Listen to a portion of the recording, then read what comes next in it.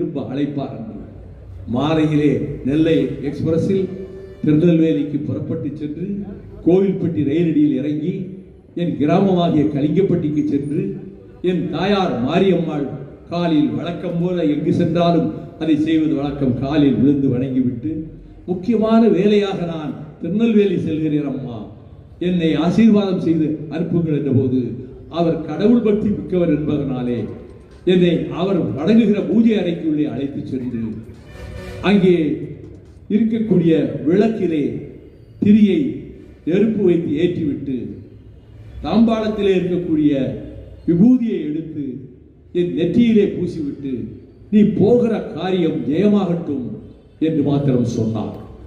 அதற்குள்ளாக தபால் ஆபீஸிலே இருந்து வந்த அந்த தோழன் எனக்கு வந்த தந்தியை காட்டினார். நீங்கள் அரசியல் சட்டத்தை கொளுத்தக்கூடாது, உடனே சென்னைக்கு திரும்புங்கள் என்று பேராசிரியர் பெயரிலே கலைஞர் தந்தி அனுப்பியிருந்தார். நான் அந்த தந்தியை வாங்கி பாக்கெட்டிலே வைத்துக் கொண்டு நெல்லைக்கு சென்றேன். மாவட்ட செயலாளர் டி.ஏ.கே. லக்ஷ்மணன், கலைஞர் அவர்கள் சொல்லி பேராசிரியர் பொதுச் செயலாளர் ஒரு தந்தி அனுப்பியிருக்கிறார், நீங்கள் அரசியல் சட்டத்தை கொளுத்தக்கூடாது, என்ன செய்ய போகிறீர்கள் என்று தந்தியை காட்டினார். ஏற்கனவே அந்த தந்தி என் பாக்கெட்டில் தான் இருக்கிறது, கலிங்கப்பட்டிக்கு வந்த தந்தி, இதையும் கொடுங்கள் என்று பாக்கெட்டிலே வைத்துவிட்டு எடுத்த முடிவில் மாற்றமில்லை.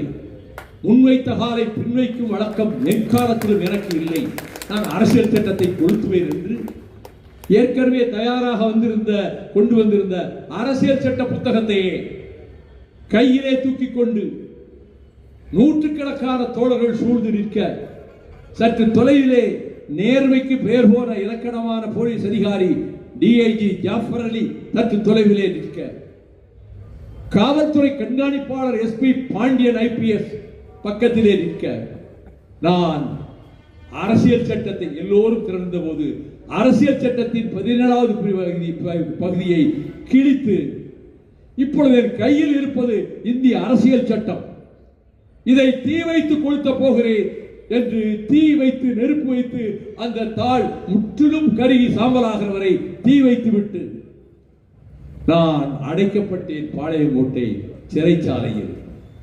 அப்பொழுது நான் பேசுகிற போது சொன்னேன், ஓடும் மேகங்களே, நீங்கள் சென்று சென்னை சிறையில் இருக்கிற என் தலைவனிடம் சொல்லுங்கள், உங்கள் தம்பி சட்டத்தை, அரசியல் சட்டத்தை திருநெல்வேலி வீதியிலே கொளுத்தி விட்டான் என்று சொல்லுங்கள்.